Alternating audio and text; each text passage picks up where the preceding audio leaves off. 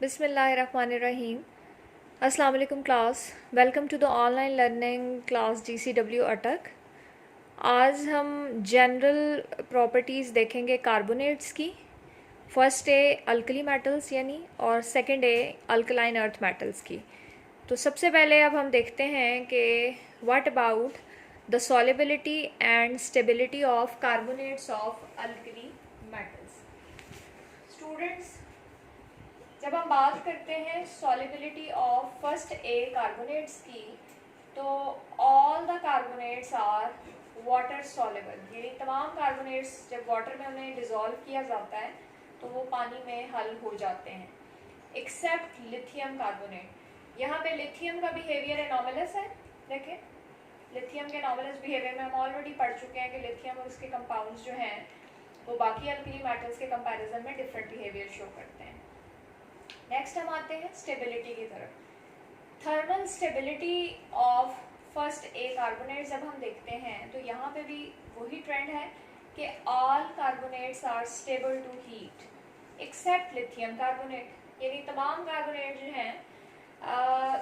Thermal stability का क्या मतलब है कि कंपाउंड को जब हीट किया जाता है तो उसकी जो स्प्लिटिंग होती है in the presence of heat, यानी डीकम्पोजिशन होती है, वो बिहेवियर हमने यहाँ पर स्टडी करना है कि जब हम अल्कली मेटल कार्बोनेट्स को हीट करेंगे तो वेदर दे डीकम्पोज और नॉट।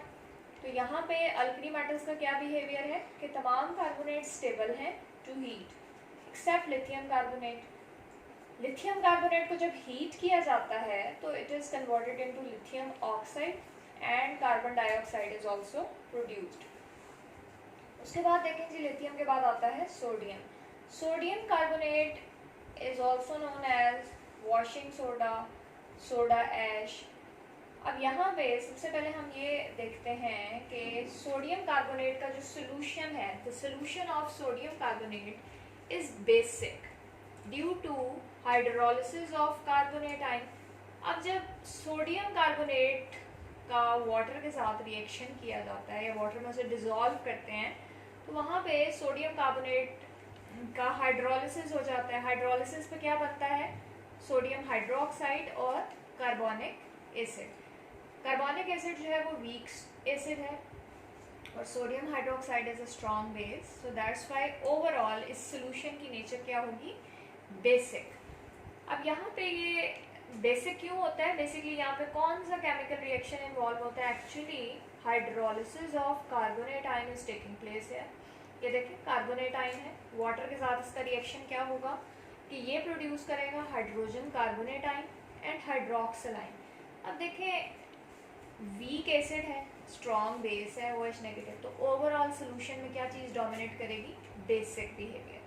तो स्टूडेंट्स ये शॉर्ट क्वेश्चन भी आ सकता है कि why the solution of sodium carbonate is basic और what is the nature of solution of sodium carbonate. उसके बाद अब हम देखते हैं कि जब हम बात करते हैं सोडियम कार्बोनेट को वाटर के साथ हम इसकी जब क्रिस्टलाइजेशन देखते हैं तो क्या होता है? Temperature below 35.2 degree C sodium carbonate crystallizes from water as decahydrate, यानी अगर 35.2 डिग्री से नीचे टेम्परेचर रखा जाए तो सोडियम कार्बोनेट वाटर से किस फॉर्म में क्रिस्टलाइज आउट होता है? सोडियम कार्बोनेट 10 वाटर यानी डेकाहाइड्रेट की फॉर्म में, जिसे हम क्या बोलते हैं? Washing soda. Above 35.2 degree C it crystallizes as sodium carbonate monohydrate यानी sodium carbonate dot water. On standing in air, sodium carbonate decahydrate slowly loses water and converted to white powder. जब decahydrate जो है वो उस वैसे ही पड़ा रहे तो वो क्या होता है? आहिस्ता आहिस्ता उसमें से पानी रिमूव होना शुरू हो जाता है और वो वाइट पाउडर में कन्वर्ट होता है। उस वाइट पाउडर का क्या फार्मूला है? Sodium carbonate 1 water molecule.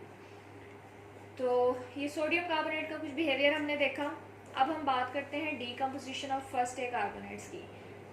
जब हम कार्बोनेट्स को हीट करते हैं तो वो डीकम्पोज होकर मेनली क्या बनाते हैं? ऑक्साइड। लिथियम कार्बोनेट को जब हीट किया तो बन गया लिथियम ऑक्साइड एंड CO2। अब रीज़न क्या है यहाँ पे? Decomposition is easy. We are talking about lithium carbonate कि लिथियम कार्बोनेट के केस में डीकम्पोजिशन आसान होती है। क्यों आसान होती है? अगर हम कंपैरिजन करें कि लिथियम और कार्बोनेट के दरमियान इलेक्ट्रोस्टैटिक फोर्स स्ट्रॉन्ग है या लिथियम और ऑक्साइड के दरमियान। देखिए लिथियम केटाइन है दोनों तरफ, रिएक्टेंट साइड पे भी लिथियम है, प्रोडक्ट साइड पे भी लिथियम है, लेकिन इसका जो एनाइन है जिसके साथ ये कंबाइन कर रहा है वो रिएक्टेंट साइड पे कार्बोनेट है, प्रोडक्ट साइड पे ऑक्साइड है। लिथियम एक छोटा केटाइन है जबकि कार्बोनेट एक बड़ा एनाइन है। तो ये जो कॉम्बिनेशन बनेगा ना ये अनस्टेबल होगा, जबकि लिथियम और ऑक्साइड आयन के दरमियान जो बॉन्ड बनेगा, इलेक्ट्रोस्टैटिक अट्रैक्शन बनेगी, वो स्ट्रॉन्ग होगी। अब इलेक्ट्रोस्टैटिक अट्रैक्शन क्या है? ये जो ऑपोजिट आयंस के दरमियान अट्रैक्शन आ रही है, पॉजिटिव और नेगेटिव आयंस के दरमियान, इसे हम क्या बोलते हैं? Electrostatic attraction. So the decomposition is easy because the gain in electrostatic attraction is more in converting from carbonate to oxide, यानी reactant side के मुकाबले में product side पे gain in electrostatic attraction ज़्यादा है। तो stability her law of principle है, law और principle है कि जी stability prefer की जाती है। तो यहाँ पे देखें प्रोडक्ट जो है वो स्टेबल है, इसलिए फौरी तौर पे लिथियम कार्बोनेट डीकम्पोज होकर क्या बनाएगा? Lithium oxide. जबकि पोटाशियम कार्बोनेट के केस में ये गेन इन स्टेबिलिटी जो है वो gain in electrostatic attraction less होता है। क्यों? क्योंकि पोटाशियम बिग केटाइन है, कार्बोनेट बिग एनाइन है, तो स्ट्रॉन्ग बॉन्ड बनेगा। तो जबकि अगर ये ऑक्साइड में कन्वर्ट हो तो पोटाशियम चूँकि बिग केटाइन है और ऑक्साइड स्मॉल एनाइन, तो कॉम्बिनेशन स्ट्रॉन्ग नहीं होगा। तो ये K2CO3 की फॉर्म में ज़्यादा स्टेबल होगा। उसके बाद हम देखते हैं 2A कार्बोनेट्स।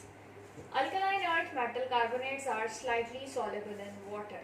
जब हम कंपैरिजन करते हैं फर्स्ट ए और सेकेंड ए का, तो फर्स्ट ए के जो कार्बोनेट्स थे वो तमाम के तमाम डिजॉल्व हो जाते थे वाटर में सिवाय लिथियम कार्बोनेट के, लेकिन जो 2A कार्बोनेट्स हैं वो स्लाइटली सॉल्युबल या स्पैरिंगली सॉल्युबल है, मुकम्मल तौर पे हल नहीं होते। और यही जो सॉल्युबिलिटी है कार्बोनेट्स की वो डिक्रीज करती है down the group.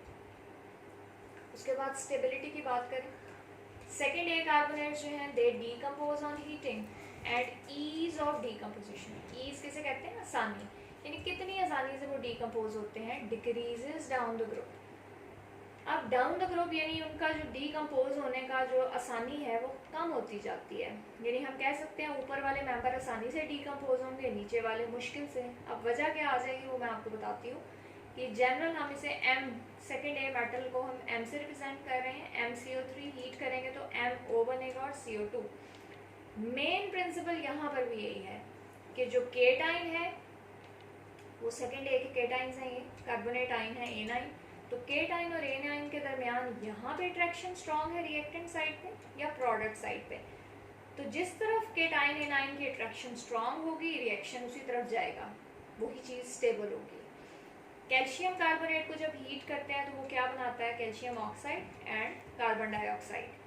The ease of decomposition can be related to the size of metal ion.